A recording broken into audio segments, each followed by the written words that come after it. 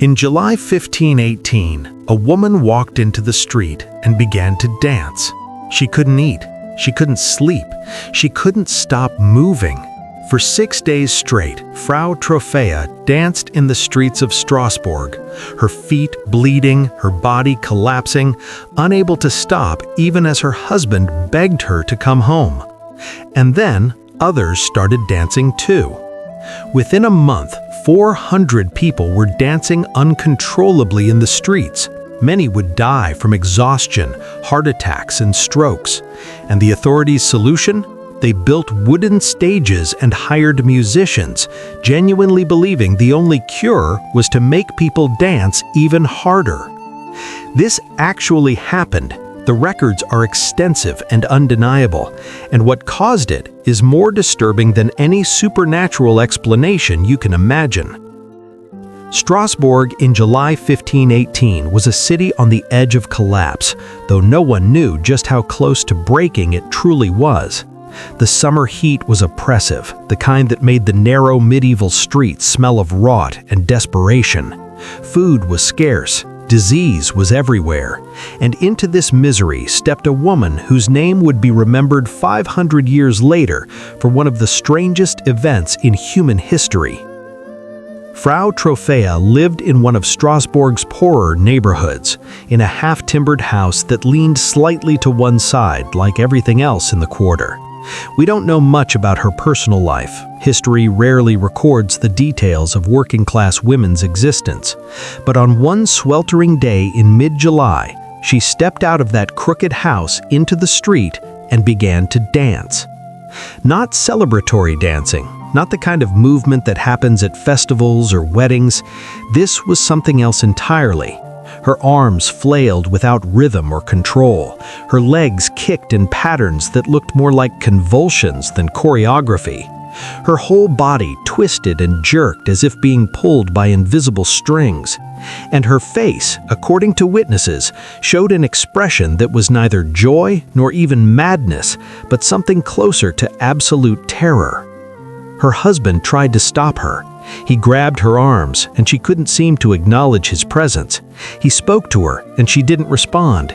He tried physically restraining her, and she fought against him with a strength that seemed impossible for her exhausted body to possess. Other neighbors emerged from their homes to watch this bizarre spectacle.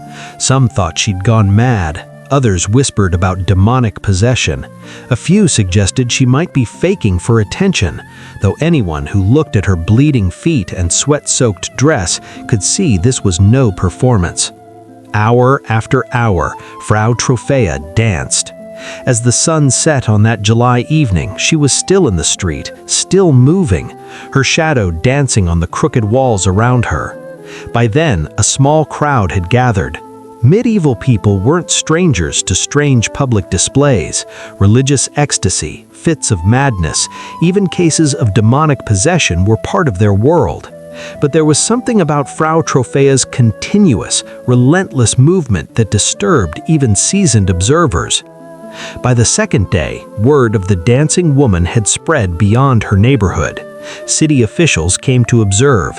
A physician named Johannes Weir, who would later write extensively about the phenomenon, examined her while she continued to move.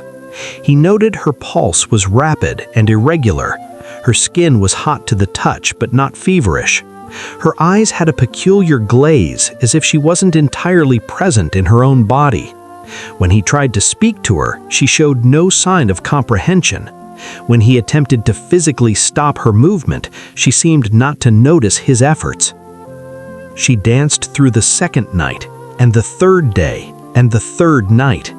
Let me stop here and make you really consider what this means. 72 hours of continuous movement, no sleep, barely any water because she couldn't pause long enough to drink more than desperate gulps.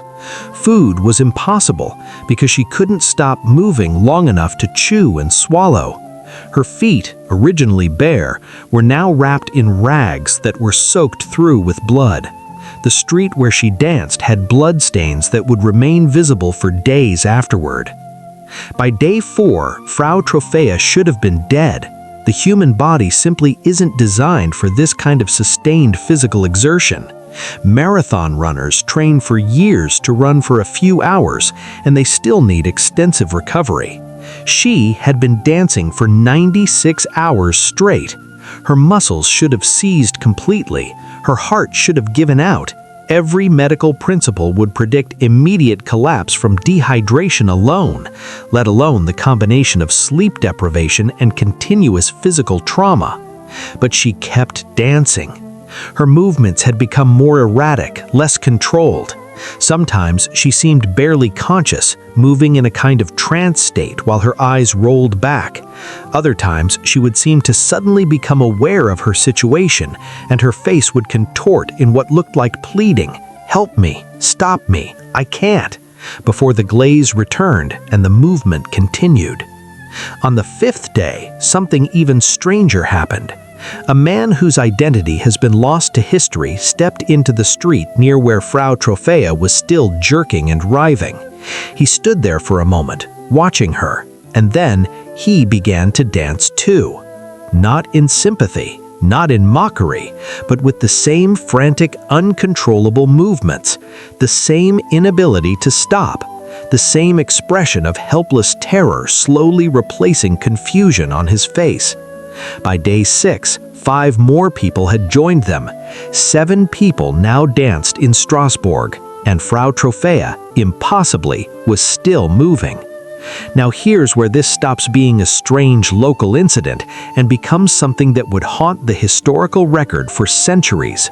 Because what started with one exhausted woman was about to become an epidemic that would afflict hundreds and kill dozens. And every step of what happened next is documented in extensive contemporary records that make it impossible to dismiss as medieval legend or exaggerated folklore. The Strasbourg City Chronicle, maintained by official scribes whose job was to record civic events with bureaucratic precision, contains multiple entries about what they called the dancing sickness.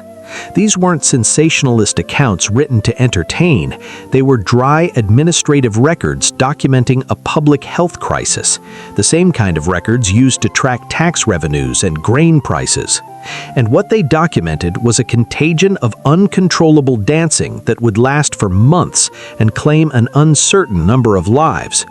Sebastian Brandt, a prominent satirist and chronicler living in Strasbourg at the time, kept personal notes about the phenomenon. He described watching dancers collapse mid-movement and not rise again. He noted that some dancers seemed to die with their eyes open, a detail that disturbed him so much he mentioned it repeatedly in his writings. He wrote, "They moved as if controlled by strings held by invisible hands, and when the strings were cut, they fell like puppets with no life remaining."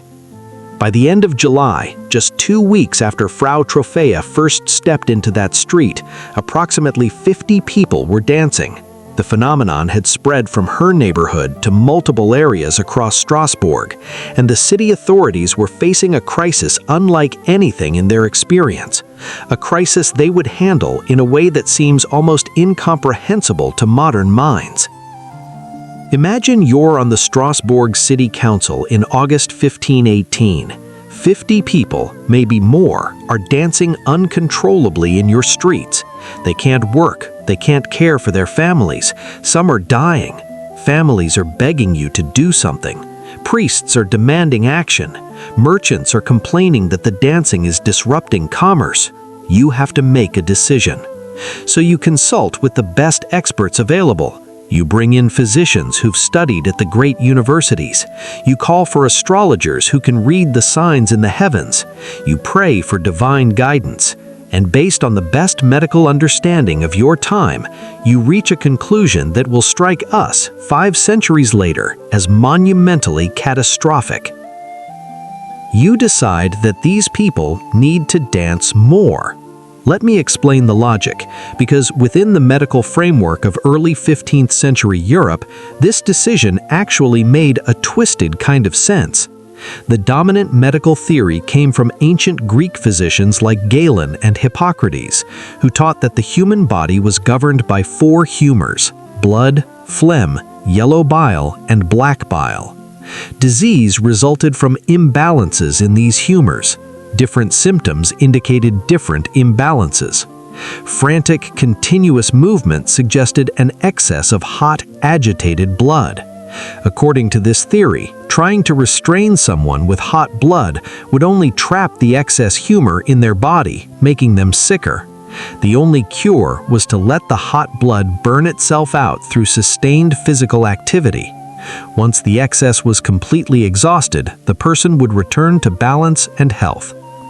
So, in early August 1518, as more than 100 people now danced in the streets, the Strasbourg City Council took official action. They closed the guild halls where some afflicted dancers had been confined. They ordered the construction of 2 outdoor stages, one in the horse market and one in the grain market. They spent public funds to hire professional musicians. They brought in experienced dancers to demonstrate proper technique. They appointed attendants whose job was to help the afflicted keep dancing when they tried to collapse. The stages were built within days. The musicians, drummers, pipers, and players of hurdy-gurdies were in position by mid-August, and the attendants, some of them strong young men from the city guard, were instructed to physically support dancers whose legs could no longer hold their weight, but whose bodies still writhed and twisted with compulsive movement. Can you imagine being a family member watching this unfold? Your mother or sister or wife is dancing herself to death in the street, bleeding from her feet, her body giving out from exhaustion, unable to even recognize you. And the city's official response, approved by doctors and supported by your tax money, is to build her a stage and hire musicians to ensure she keeps moving? The psychological horror of watching institutional authority prescribe what you can see with your own eyes is killing your loved one is almost impossible to fully comprehend. And here's where the tragedy compounds itself in ways that make perfect sense psychologically, but must have seemed like a curse to everyone watching. Because by providing official stages and musical accompaniment, the authorities inadvertently made the phenomenon more visible, more legitimate, and more contagious. Within 3 days of the stages being erected, the number of dancers surged dramatically. By mid-August, city records suggest that between 300 and 400 people were afflicted. Think about that scale. In a city with perhaps 20,000 inhabitants, this meant roughly 1 in 50 people was dancing uncontrollably. You couldn't walk through any major street without encountering dancers. The sound of drums and pipes, intended as medicine, became the soundtrack to a citywide nightmare. The stages themselves became scenes of absolute horror that witnesses struggled to describe adequately. Johannes Weir documented what he saw with clinical detachment that makes the accounts even more disturbing. He described dancers collapsing from exhaustion, being helped back to their feet by attendants, and immediately resuming their frantic movements. Some dancers had to be physically supported by others because their legs could no longer hold their weight, but still their arms flailed and their bodies twisted as if controlled by something beyond their will. Sebastian Brandt wrote more emotionally about the smell that permeated the areas around the stages, sweat and blood and excrement, because many dancers had lost all control of their bodily functions but continued to move regardless. He described the sounds, not just the music, but the moans and cries of the dancers, the rhythmic thudding of hundreds of feet against wooden stages and cobblestones, and occasionally the terrible silence when someone collapsed and didn't rise again. People were dying. The exact number is unclear because not all deaths were necessarily recorded or attributed to the dancing. Some dancers died on the stages, collapsing mid-movement from what we would now recognize as heart attacks or strokes. Others were taken away by family members when it became clear they were near death, so they died in their homes rather than in public view. Still others survived the acute phase of dancing, but died days or weeks later from complications, exhaustion, organ failure, infections in their wounded feet. Brandt documented seeing at least 15 deaths personally, but he noted that he couldn't be present everywhere at once. He estimated cautiously that dozens died during August alone. Modern historians working from surviving death records that show a spike in fatalities during late summer 1518 suggest the true death toll may have been as high as 15 people per day at the plague's peak, though many of these deaths aren't explicitly attributed to dancing in the records. One account that survived in a family chronicle tells the story of a young woman named Adelaide who began dancing on August 12th. Her husband, a baker, stayed with her constantly, trying to give her water, trying to wipe the sweat from her face, pleading with her to stop. She danced for 4 days. On the evening of the 4th day, she looked directly at him for the first time since beginning to dance, seemed to recognize him, and tried to speak. No words came out. Then she collapsed and died within minutes, despite his attempts to revive her. He later told a chronicler that the worst part was that her legs kept twitching even after she stopped breathing, as if her body hadn't gotten the message that it was permitted to be still. By late August, even the staunchest supporters of the dancing cure had to admit it wasn't working. The stages were actually making things worse. More people were dancing than ever before. More people were dying. Families were rioting outside the city hall demanding that the council do something different. Priests were preaching that the dancing was divine punishment for the city's sins, and medical intervention was interfering with God's will. The council held an emergency session. The stages were ordered dismantled, the musicians were dismissed, and the city pivoted to an entirely different approach, abandoning medical theory for religious intervention. If hot blood couldn't explain the dancing, perhaps the cause was supernatural. Perhaps Strasbourg had angered God, or attracted demonic attention, or fallen under a curse that required spiritual rather than medical remedies.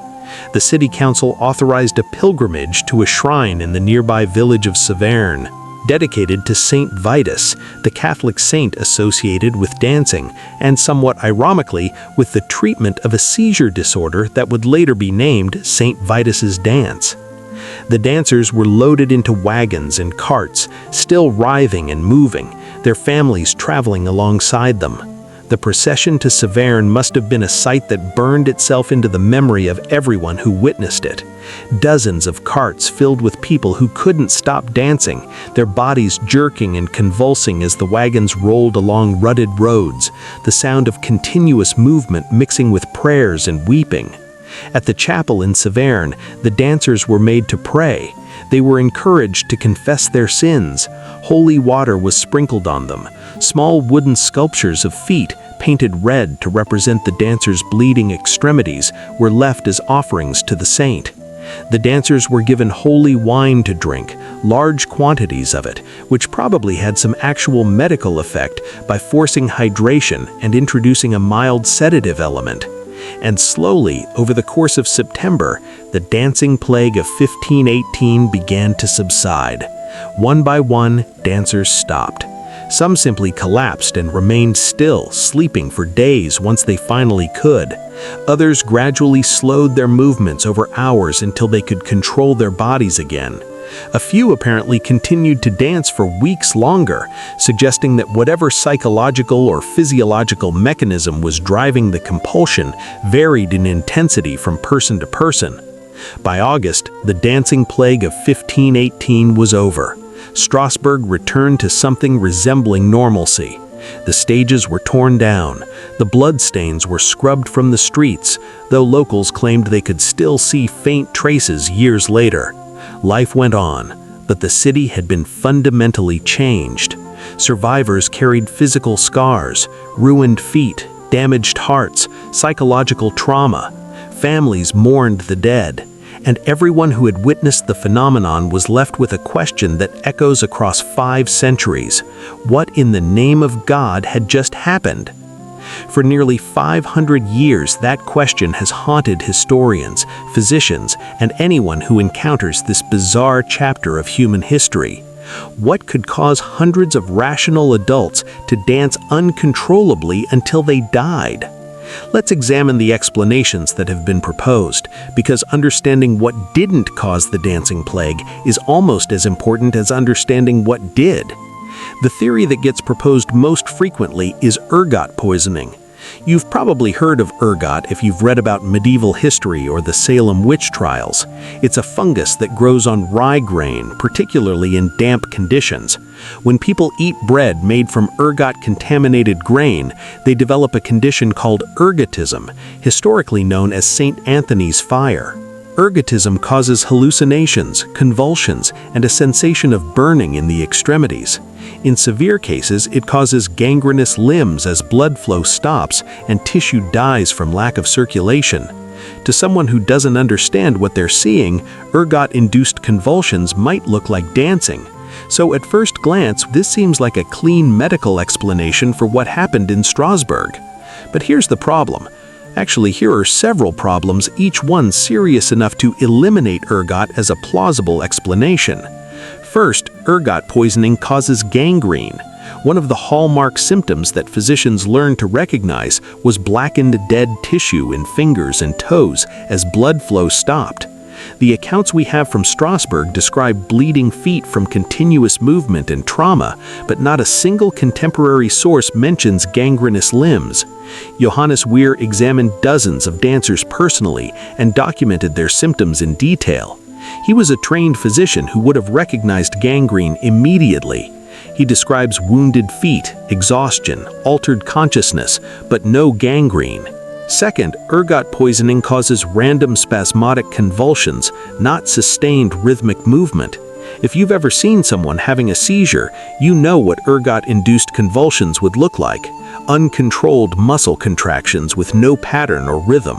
But witness accounts consistently describe the Strasbourg dancers as moving in patterns, responding to musical rhythms, sometimes even appearing to follow recognizable dance steps, however grotesquely distorted. Like and subscribe for part 2.